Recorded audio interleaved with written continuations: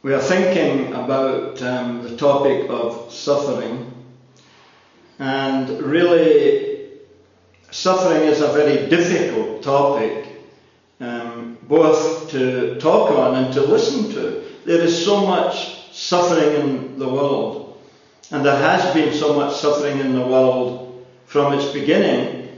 And if we go into the pages of the Bible from the Old Testament to the New, we see suffering. We could almost say that world history and the history of salvation is about suffering. Christians suffer. Some Christians suffer very badly. And the question is, the first question, of course, that I get asked is, why do we suffer? Why does God allow suffering? Why is there suffering in the world? What's this about? Suffering, of course, is seen as something to be avoided in general. It is an enemy. It's painful, so that we don't want to embrace it in any way. We want to run away from it. Suffering is not an enemy. That's the first thought that I want to introduce to you. What is suffering about? Why do we suffer? Now let me give you some ideas about it. Suffering, according to James, who says that we should count it all joy when we're suffering, when we have trials. It increases our faith. It has to do with the quality of our faith, number one. It lessens our grip on the world. Suffering dissolves our ego, and therefore it is sanctifying. Number two, it prepares us also to receive further knowledge of God. Knowledge of God is hard to receive, and it imposes responsibility on us. Through suffering, the ground is prepared. This was the case with Job. The ground was prepared for Job to receive a higher revelation of God. Number three.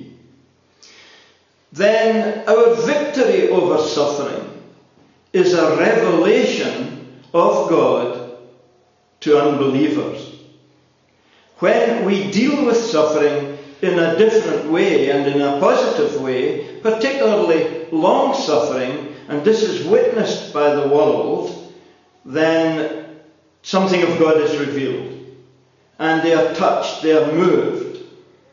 The soldier at the cross of Christ, the Roman soldier, in witnessing the suffering and in the way Christ is suffering, saying things like, forgive them, they don't know what they're doing, looking after his mother, getting her into fixing the relationship with him and the Apostle John. The Roman soldier makes the statement, surely this is the Son of God. Finally, suffering helps us or qualifies us for a healing ministry. The Apostle Paul states, for just as the sufferings of Christ flow over into our lives, so also through Christ our comfort overflows. Because we suffer with Christ. And the wonderful thing is, Christian suffering is sharing in the suffering of Christ.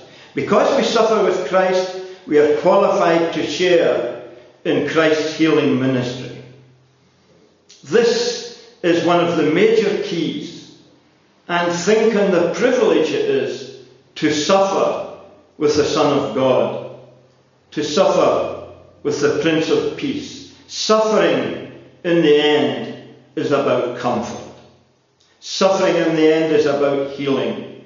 The world needs healing, and we have to enter into suffering to gain that healing.